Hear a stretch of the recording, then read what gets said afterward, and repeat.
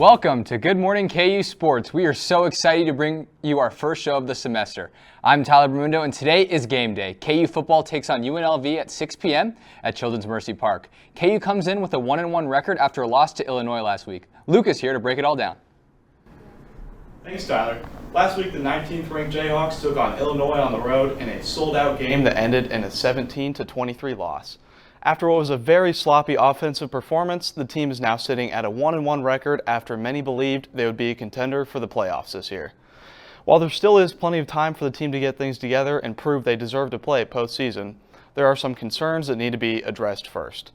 Looking at the most obvious one, Jalen Daniels was not looking like himself out there, throwing 3 picks, including a pick 6, and over or under throwing on many of his passes. He ended the game with just 141 passing yards, 35 rushing yards, and 2 passing touchdowns.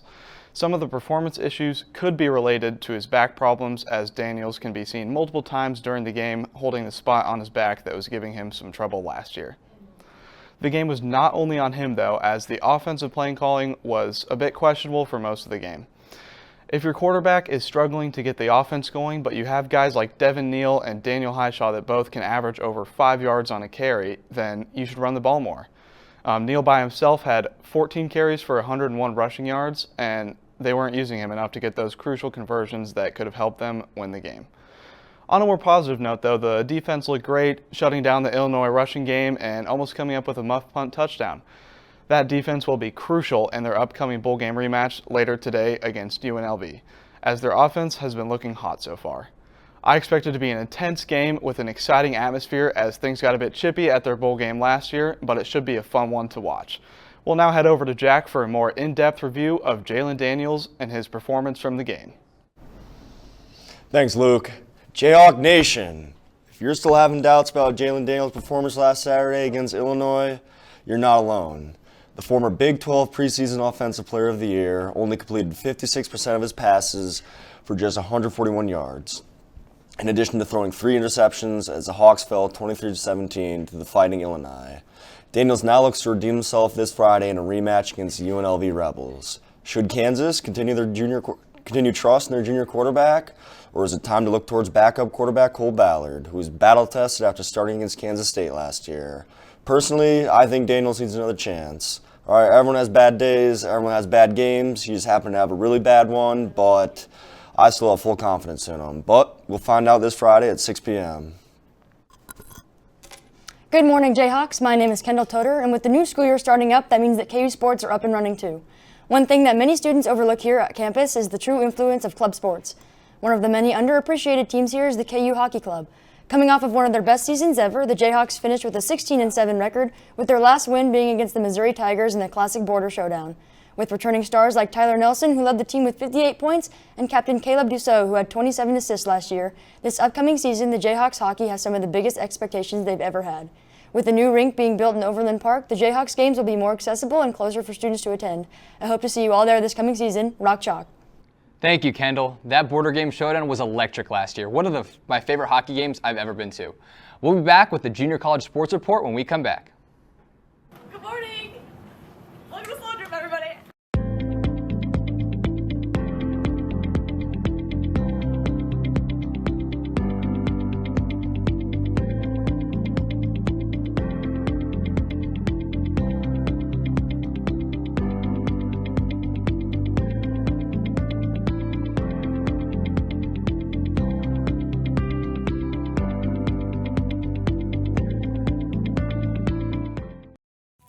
From adversity, we rose. We made history and became pioneers, voyagers, champions, Jayhawks. And when our chant rises, haunting and hallowed, Jayhawks are telling the world what's near. Victory. Welcome back to Good Morning KU Sports. I'm Tyler Bermundo, and football season is heating up. The Bills took down the Dolphins last night. KU is set to play UNLV, but nobody is talking about junior college football. Caden, please tell me more. In today's day and age, everyone talks about high school football, the NFL, and college football, but they aren't talking about community college football. Did you know that players like Tyreek Hill, DeMarcus Lawrence, and Cordero Patterson not only went to community college, but they went to ones right here in Kansas? That's why here today, we're going to look at what's happening with the top 5 teams in the nation in the NJCAA. Starting off with the #1 team in the country, the Hutchinson Blue Dragons. They are consistently top 2 and most recently took down #2 Iowa Western, who was #1 last week prior to their loss against Hutch. Now moving on to #3, the Snow College Badgers. They are on a 3-0 streak where they've won all their games by 50 or more. Sitting at #4 is the Kilgore Rangers, who have played just 1 game this season, and it was a 27-9 win over Monterey Tech. Finally, the last team we'll cover today, the Mississippi Gulf Coast Bulldogs, who recently added a 43-7 victory over Mississippi Delta to their record. Thanks, Caden. Now, I'm here with Case Spears. He's a sophomore from Dallas, Texas. He's a TD on Playmakers. So today we're going to talk about a little questions with Case. So what do you do on Playmakers, Case? Yeah, so like you said, I am the TD, meaning that I keep everything organized for our show at Playmakers, whether it be figure things out in the scripts or make sure the right video is playing. I'm kind of the guy that keeps everything in a loop. Nice. So you also do some on-screen stuff, on-camera stuff, and we're really fortunate here at the J School to be able to cover some games. So was there a game or a segment you covered last year that you really liked or are you looking forward to this year? Yeah, I covered a lot of volleyball last year and a little bit of swim, and I really enjoyed that. And I'm looking forward to covering volleyball again this year because they're doing really well, and I'm excited to kind of keep going and doing that. Yeah, KU is very good at volleyball this season. So we talked a little bit earlier. You're going to the football game tonight as a fan. Obviously, a pretty rough loss last week. What do you expect to see tonight from the KU Jayhawks? Yeah, I'm expecting to definitely see a lot more runs. I'm hoping we can kind of get JD6 back in a rhythm. I think Jeff Grimes is going to run the ball a lot more and try not to force the ball into JD's hands, which kind of caused some interceptions last week. Yeah, so now on to the real football season. Case and I are on the Playmakers intramural flag football team. So I wasn't on the team last year, but you guys did win the championship last year. What are you looking forward to? You think we're going to repeat? Absolutely, we're going to repeat. I'm just looking forward to getting back out, going with everyone. Yeah, like you said, we won it last year, so I think the expectations are high, but I'm looking forward to it. Hopefully I can contribute a little. But the last thing I'm going to bring up before we send it over to Ulysia is the Playmakers Fantasy Football League. I got absolutely killed last week. I lost by 40 points. Case, did you do any better than me? I did not do any better. I had ETN on my bench, and he only gave me about. That fumble was pretty bad. Yep, he fumbled near the end zone, and he sold my fantasy for that week, and I'm hoping I don't have to go on air and do the punishment. So yeah, and the punishment for everyone who doesn't know is you have a 2-minute segment explaining why you did lose the Fantasy Football League. So you definitely don't want to lose that, but that's all with Case Spears. Thanks for joining us, Case, and we're going to go ahead for having me. Send it to Ulysia. Thanks, Colton. With KU's basketball season just around the corner, I figured I'd talk a little about the Globe's biggest basketball matchup that only happens every 4 years.